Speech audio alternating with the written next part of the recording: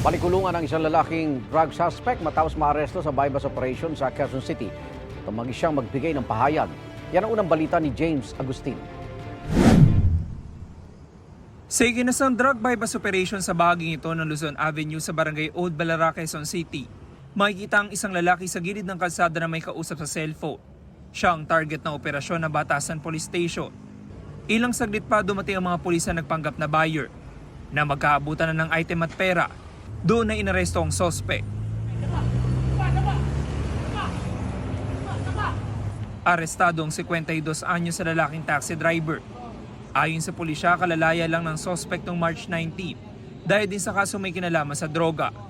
Nakatanggap kami ng information na itong tao to is bumalik ulit sa pagbebenta ng droga, which is ang tropa natin is nagkasan ng bypass operation at nakabili sa kanya ng worth 12,000 pesos na shabu. Nakuha mula sa sospek ang 60 gramo ng shabu na nagkakahalaga ng 408,000 pesos.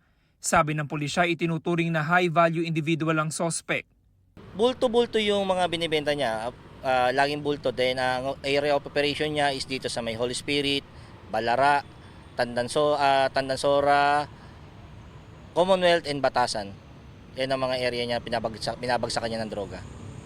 Ito na ang ikalimang beses na naaresto ang sospek dahil sa droga. No comment lang sir, sa korte naman po. Sa korte naman po akong sasalita.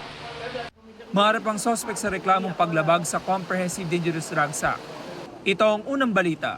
James Agustin para sa GMA Integrated News.